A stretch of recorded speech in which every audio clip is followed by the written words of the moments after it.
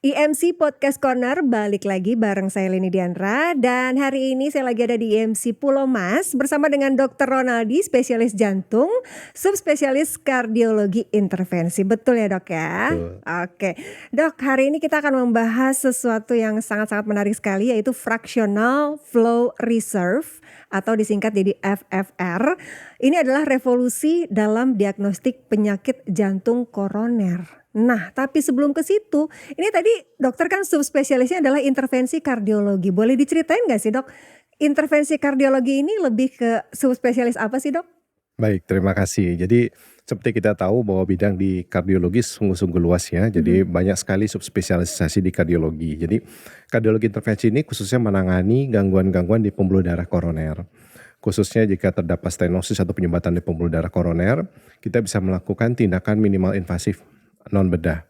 Salah satunya adalah angioplasti. Nah, angioplasti ini mungkin rekan-rekan sempat mendengar juga bahwa salah satu metode untuk menangani adanya stenosis atau PJK adalah dengan menggunakan metode yang kita sebut kateterisasi jantung atau intervensi koroner perkutan. Nah, jadi pada tindakan ini stenosis yang ditemukan pada pembuluh darah jantung kita perbaiki. Bagaimana cara memperbaikinya? Dengan tindakan minimal invasif tadi. Jadi kita bisa menggunakan kateter, selang kateter untuk menilai seberapa berat sumbatannya. Dan jika memang diperlukan, dokter akan memperbaiki sumbatan itu. Bagaimana caranya? Kita bisa menggunakan salah satunya balon untuk membuka pembuluh darah yang tersumbat tadi. Dan jika memang diperlukan, akan digunakan stent atau pemasangan stent untuk membuka pembuluh darah yang tersumbat tadi. Kalau gitu sekarang kita sedikit lagi meng-highlight ya, mungkin udah banyak sobat IMC yang tahu gitu ya dok ya, penyakit jantung koroner. Mungkin kita boleh ingetin lagi si jantung koroner ini apa sih bedanya dengan serangan-serangan jantung lainnya dok? Penyakit jantung koroner merupakan suatu spektrum ya, jadi suatu gangguan bahwa terjadi gangguan dari pembuluh darah koroner. Biasanya dimulai dari proses aterosklerotik, di mana kita tahu bahwa proses aterosklerotik ini bisa dimulai dari dekade kedua atau ketiga kehidupan.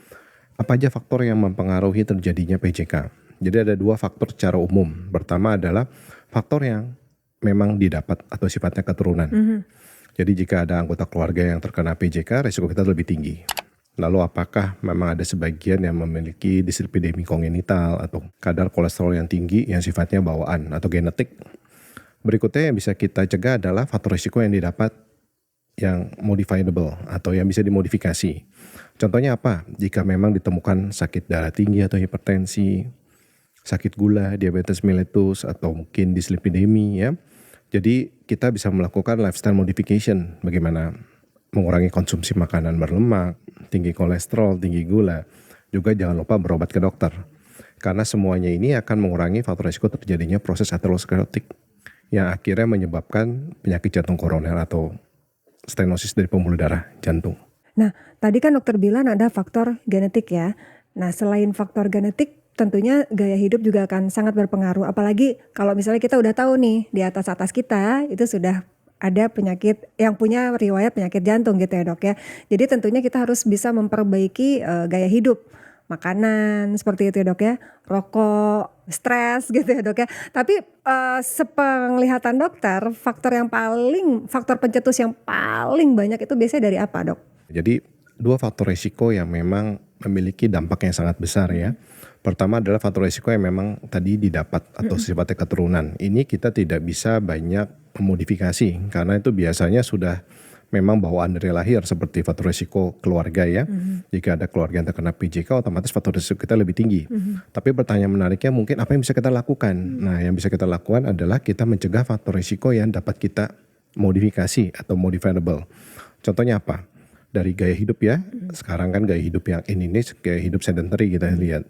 Jadi kurang gerak, kurang olahraga, makanan tinggi lemak, bahkan tinggi garam. Nah, jadi sebagai orang yang masih sehat, yang belum memiliki faktor risiko terlalu banyak, pola hidup ini sangat penting.